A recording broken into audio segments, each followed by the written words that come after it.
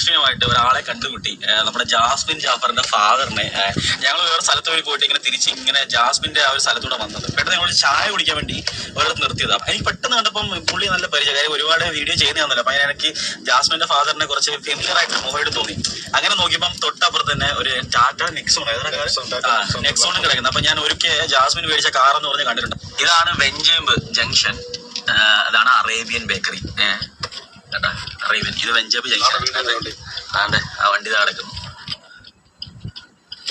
Jasmine ജാഫറിന്റെ car അത്. ജാസ്മിന്റെ നാടായ വെഞ്ചേമ്പിൽ കൂടെ ഞങ്ങളിങ്ങനെ പൊക്കോണ്ടിരുന്നു. പുള്ളിയെ കണ്ടു. സംസാരിക്കാനൊന്നും പറ്റില്ല, കാര്യം നമുക്ക് ആവശ്യമില്ലാത്ത പോയി ഡയറക്റ്റ്ലി പോയി ചോദിക്കാൻ തോന്നിയില്ല.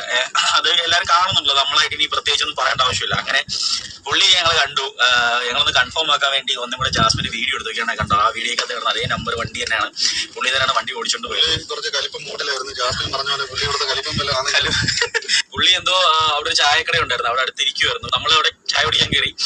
അപ്പൊ പുള്ളി തൊട്ടപ്പുറത്ത് ഇരിപ്പുണ്ടായിരുന്നു. അപ്പൊ എനിക്ക് കണ്ടപ്പോ തന്നെ നല്ല പരിചയം ഈ മുഖം. അപ്പൊ നാട്ടുകാരുടെ അടുത്ത് വേണമെങ്കിൽ നമുക്ക് അഭിപ്രായം ചോദിക്കായിരുന്നു, പക്ഷെ അൺനെസസറി ആയിട്ട് ഒരു കാര്യമെന്ന് തോന്നി. നമുക്ക് ആവശ്യമില്ലാത്ത കാര്യം തിരക്കണ്ടല്ലോ.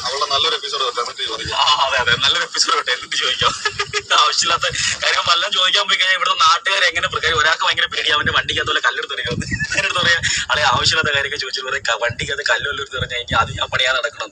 അപ്പൊ പ്രത്യേകിച്ചൊന്നും ഇല്ല, ജസ്റ്റ് ഒന്ന് പറയാൻ വേണ്ടി വീഡിയോ എടുക്കുന്നേ ഉള്ളൂ.